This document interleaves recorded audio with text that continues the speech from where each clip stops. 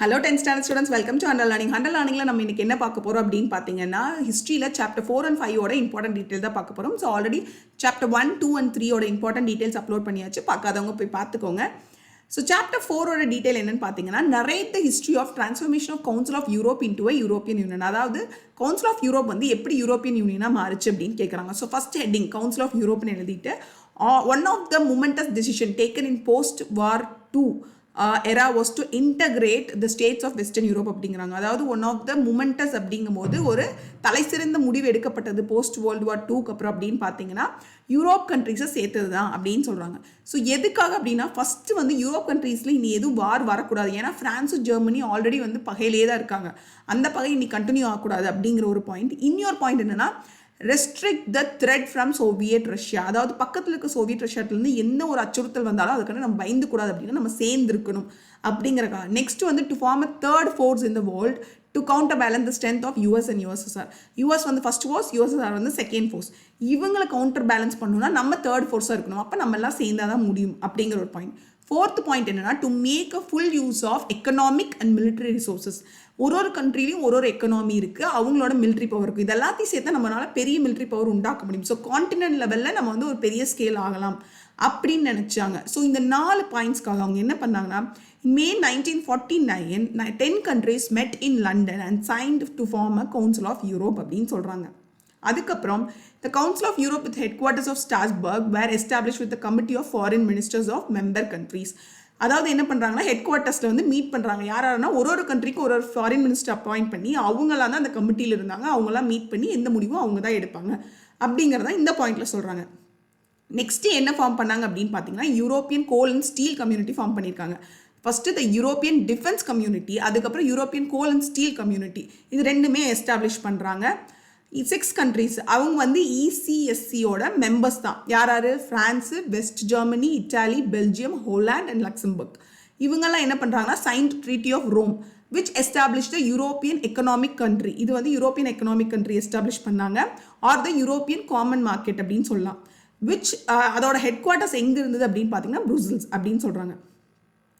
இந்த European economic committee என்ன பண்ணுதுன்னா, த இசிசி எலிமினேட்டட் த பேரியர்ஸ். என்னென்ன தடைகள் இருக்கோ அதை எலிமினேட் பண்ணுச்சு. என்ன தடை அப்படின்னா, இந்த 6 கண்ட்ரிக்கு நடுவில் என்ன ட்ரேட் நடந்தாலும் சரி, கூட்ஸ் அனுப்புறதா இருந்தாலும் சரி, ஒர்க்கர்ஸ் வேலை தேடி போகிறதா இருந்தாலும் சரி, இதுக்கு ஏதாவது தடை இருந்தால் அதை எலிமினேட் பண்ணாங்க.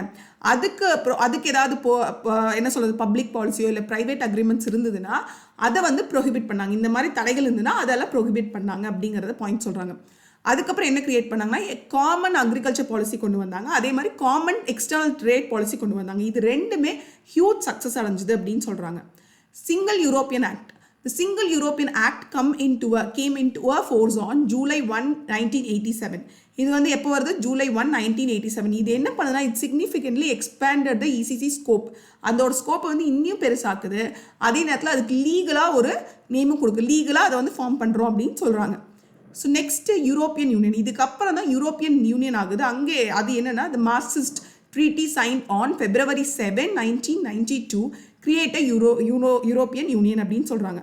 த monetary policy and a common currency euro to replace national currency manage by the common monetary institution were subsequently planned and implemented. அதாவது ஒன்றும் இல்லை, இப்போ என்ன பண்ணுறாங்க அப்படின்னா, அந்தந்த கண்ட்ரிக்கான தனித்தனி கரன்சியெல்லாம் எடுத்துகிட்டு காமனாக யூரோங்கிற கரன்சி தான் all over western Europe follow பண்ண ஆரம்பித்தாங்க. அதை வந்து யார் மேனேஜ் பண்ணா அப்படின்னு பார்த்தீங்கன்னா, காமன் மொனாட்ரி இன்ஸ்டிடியூஷன் அவங்க தான் இதை வந்து மேனேஜ் பண்ணாங்க அப்படிங்கிறாங்க. ஸோ இதுக்கப்புறம் today the European union has 28 member states and functions from its head quarters at Brussels, Belgium அப்படின்னு சொல்கிறாங்க. இன்னைக்கு 28 கண்ட்ரிஸ் இருக்குது அண்ட் பெல்ஜியம்லேருந்து ஒர்க் ஆகுது அப்படின்னு சொல்கிறாங்க. ஸோ இதுதான் வந்து எப்படி வந்து கவுன்சில் ஆஃப் யூரோப் வந்து யூரோப்பியன் யூனியனாக மாறுச்சு அப்படிங்கிறதுக்கு இந்த பாயிண்ட்ஸ் எல்லாம் நீங்கள் எழுதிக்கலாம். Next chapter 5. சாப்டர் 5ல் ஒன் ஆஃப் த கொஸ்டின் பார்த்தீங்கன்னா, write a essay on the role played by the 19th century reformers towards the cause of women. ஒரு 5 ரிஃபார்மர்ஸ் பற்றி நம்ம எழுதலாம். ஃபர்ஸ்ட் வந்து ராஜாராம் மோகன் ராய். ராஜாராம் மோகன் Rai deeply concerned with the prevailing customs of Sathy, child marriage and polygamy. அதாவது அவர் deeply concern அப்படின்னா அவர் வந்து ரொம்ப கஷ்டப்பட்டார். அதாவது அதை பார்த்து வந்து ரொம்ப கவலைப்பட்டார். எதை பற்றி அப்படின்னா, ப்ரிவைலிங் கஸ்டம்ஸ் ஆஃப் சத்தியாக இருக்கட்டும், சைல்டு மேரேஜாக இருக்கட்டும், பாலிகமினா ஒரு ஹஸ்பண்டுக்கு 2-3 வைஃப் இருக்கிறது. ஸோ இதெல்லாத்தையும் பார்த்து அவர் ரொம்ப கவலைப்பட்டார் பார்த்து. அதனால் he advocated the rights of widows to remarry. விடோஸ்க்கு வந்து கண்டிப்பாக ரீமேரி பண்ணி ஆகணும். And he wanted polygamy to end. Polygamy வந்து எண்ட் ஆகணும் அப்படின்னு சொல்கிறாரு. He condemned the subjugation of women. அதாவது உமன்ஸை வந்து ரொம்ப கீழ்த்தனமாக நடத்துவாங்க இல்லையா, அந்த மாதிரி உமனுக்கு எதிராக என்னென்ன தப்பு நடக்குதோ அதையெல்லாம் என்ன பண்ணுறாரு, அவர் எதிர்த்து கேட்குறாரு அப்படின்னு சொல்கிறாங்க. He strongly advocated education for women. உமன்ஸுக்கு கண்டிப்பாக எஜுகேஷன் கொடுக்கணும் அப்படின்னு சொல்கிறாரு. அதுக்கப்புறம் ஈஸ்வர் சந்திர வித்யாசாகர் அவர் என்ன பண்ணுறாருன்னா, he played a leading role in promoting education of girls and help them in setting up a number of schools. அவர் என்ன பண்ணுறாருன்னா உமன்ஸுக்கு, அதாவது உமன்ஸ் இல்லை கேர்ள்ஸுக்கு எஜுகேஷன் கொடுக்கறதுக்கு ரொம்ப லீடிங் ரோல் ப்ளே பண்ணார். அதுவும் இல்லாமல் அவர் வந்து ஸ்கூல்ஸை எஸ்டாப்ளிஷ் பண்ணார் அப்படின்னு சொல்கிறாங்க. He dedicated his whole life for the betterment of the child widows of the Hindu society. Hindu சொசைட்டியில் இருக்க சைல்டு விடோஸ்க்காக ஒரு நல்ல வாழ்க்கை கிடைக்கணுக்காக அவர் ஒரு லைஃபையே டெடிகேட் பண்ணார் அப்படின்னு சொல்கிறாங்க. Next, the movement led by Vidyasagar resulted in the widows remarriage reform act in 1856 அப்படின்னு சொல்கிறாங்க. அதாவது இவர் லெட் பண்ண மூமெண்ட் தான் என்ன பண்ணுச்சு அப்படின்னா விடோஸ் ரீமேரேஜ் ரிஃபார்ம் ஆக்ட் 1856 வந்து கொண்டு வரப்பட்டது அப்படின்னு சொல்கிறாங்க. Next, justice Mahadev Govind Ranade. இவர் எதுக்கெல்லாம் ஃபைட் பண்ணார் அப்படின்னு பார்த்தீங்கன்னா, வாஸ் த ஃபவுண்டர். இவர் தான் ஃபவுண்டர் ஆஃப் விடோ ரீமேரேஜ் அப்படின்னு சொல்கிறாங்க, ரீமேரேஜ் அசோசியேஷன் சொல்கிறாங்க. அதுக்கப்புறம் inter marriage, inter caste dining இதுக்கெல்லாம் சப்போர்ட் பண்ணார். Widow remarriage improvement of women இது எல்லாத்துக்குமே அவர் சப்போர்ட் பண்ணார் அப்படின்னு சொல்கிறாங்க.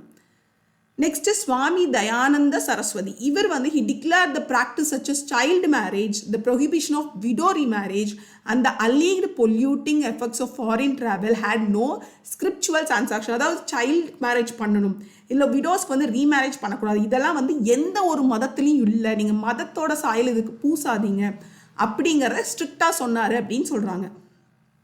Next, Jyotiba Phule. Phule opposed child marriage and supported widow remarriage. அது எல்லாருமே பண்ணாங்க. Opposed child marriage and supported widow remarriage. ஜோதிபாவும் அவர் ஒய்ஃப் சாவித்ரி பாய் பூலேவும் என்ன பண்ணாங்கன்னா, அவங்க லைஃபையே அர்ப்பணிச்சிட்டாங்க. யாருக்கு? அதாவது தாழ்த்தப்பட்டவர் இருக்காங்களே, depressed lives for the womens, அவங்களோட வாழ்க்கையை இன்னும் மேல் கொண்டு வரக்காக அதுக்காக வந்து அவங்க வாழ்க்கையை அர்ப்பணிச்சிட்டாங்கன்னு சொல்கிறாங்க. Jyotiba opened orphanage and homes for widows. விடோஸுக்கும் சரி மற்றவங்களுக்காகவும் சரி அவர் என்ன பண்ணாருன்னா ஹோம்ஸ், அதாவது அவங்க வந்து ஆர்ஃபனேஜ் அதெல்லாம் வந்து ஆரம்பித்தாங்க, ஆசிரமம் அதெல்லாம் ஆரம்பித்தாங்க அப்படிங்க. ஸோ இதுதான் 5 ரிஃபார்மர்ஸ் பற்றி நம்ம எழுதியிருக்கோம். முடிஞ்ச அளவுக்கு 5 ரிஃபார்மர்ஸ் பற்றி ஒரு 2 பாயிண்ட் எழுதுங்க. ஓகே, ஸோ இதுதான் important details of chapter 4 and 5. Next வந்து important details of chapter 6 and 5 பார்ப்போம். பாய்.